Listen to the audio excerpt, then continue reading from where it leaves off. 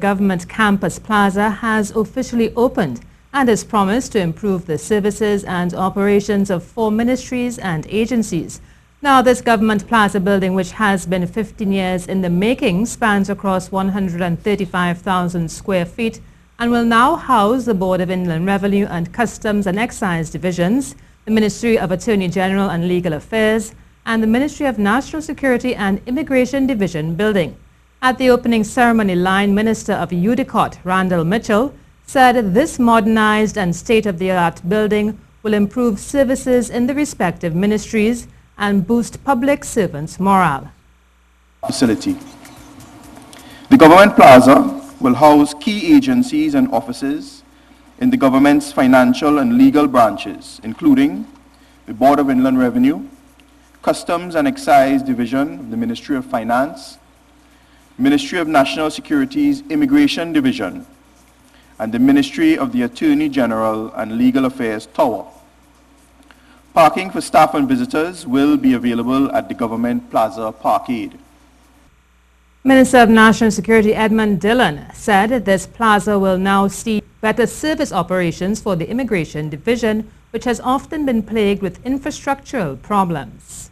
An increase in our operations and enhanced operations, we have seen facilities that allow not only the comfort of the civil servants and the public servants working there, but in fact a greater kind of facility that encourages our citizens of Trinidad and Tobago in terms of delivery.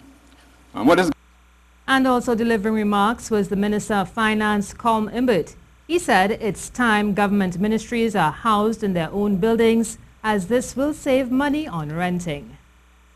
The Government Campus Plaza has come at a significant cost, but it was absolutely necessary to improve the accommodation and working conditions of public servants, many of whom have worked for years in old and cramped offices. At the time of the conceptualization of this project 15 years ago, it was felt it was appropriate that where feasible, the government should own and occupy its own buildings, rather than continuing to pay millions of dollars in rent. This premise is even more.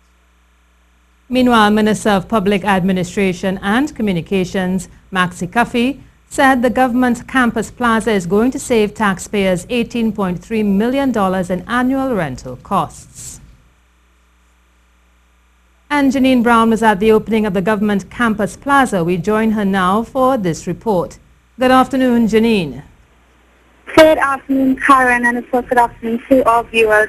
Now, there's so much coming out of this morning's ceremony, which started just after 10, around 10:15, with the Prime Minister arriving at 10:30. Now, we would remember this project started in May of 2006, with an expected finish date of 2010. So here in 2017, we are 7 years behind schedule, but of course it's still a Christmas occasion with the ceremony being open. Now, looking at the bigger part of today's ceremony and a look at what the opening actually means, there is of course a cost-saving element of government institutions now occupying buildings paid for by taxpayers. This of course opposed to renting from private entities. And it is on this end in his delivering his speech address that the Prime Minister, Dr. Keith Rowley, issued a challenge, if you want to call it that, for the private sector to again look into using housing with the properties that would now be vacant, that would have been before occupied by government entities. So it's very interesting. Right now we are on the tour, so I have to cut my phone interview a bit short. But yes, that's an update of what's going on here at the opening of the Government Plaza. That's it for me, Janine Brown, reporting to CNews. Thank you very much, Janine.